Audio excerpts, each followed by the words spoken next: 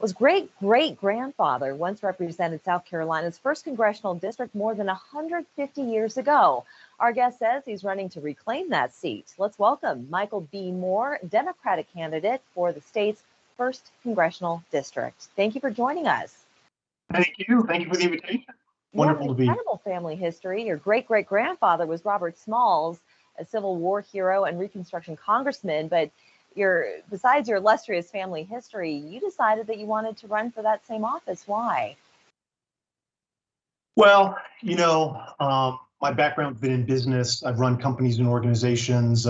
My family history goes back to the early to mid 1790s here in the Low Country. I care deeply about this district, this state, this region. I'm also a father. I've got 4 sons. I've got a beautiful 9-month-old granddaughter.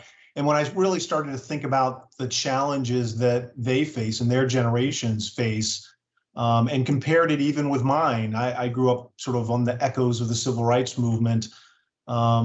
It just felt like I needed to lean into legacy and to try to roll up my sleeves like so many in my family have done to make a difference. If I'm elected, yes, Robert Smalls is kind of the anchor sort of person in history, but if I'm elected, I'll be the 4th in the last 5 generations of people in my family to serve in elected office from South Carolina. So just, wanted to leverage my background. I bring a really no-nonsense, common sense kind of approach to things and just want to get things done for the people of the 1st Congressional District. We had your opponent, Mac DeFord, on, a Citadel grad, on recently.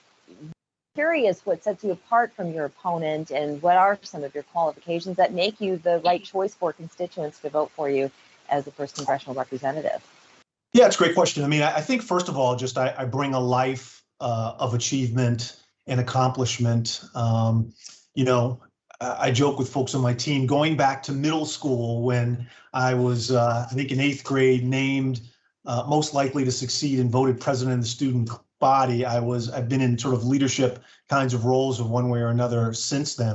I've run companies and organizations. I've done business on 4 continents. I've met with foreign heads of state. I was on the Metro Charleston Chamber of Commerce. Charleston Business Magazine named me one of the, I think, 50 most influential people in the region. And of course, I was. Sorry? You have a day named after you. I have a day named after me. So I think, I think, I have accomplished things. The day came from my leadership role as the founding CEO and president of the International African American Museum, and Mayor Tecklenburg, former Charleston mayor, was very gracious in working with the city council to honor me in that way. But so that's one thing. But then I think, just looking at our campaign, we've been on the ground. We're the only campaign that's been on the ground full time for a year or more. We've raised far more money. We've really generated far more in the way of really powerful endorsements. Right. The national media. They say not necessarily the amount of money that you raise, but I have to ask you this. Now, Mac, he spoke extensively on his views as far as abortion in South Carolina and women's rights to obtain one. I know that you you just announced Educators for More. So where do your priorities lie? Well, I think I overall have the philosophy really that the thing that families probably need most, there are probably a number of things that families need to feel really good, but at the start, it's having a good job with decent benefits that allow one to take care of their family. And so, with my business background, I think it's important to try to make the economy just a bit more inclusive, where more people have a better opportunity to take advantage of their hard work and skills to take care of their family.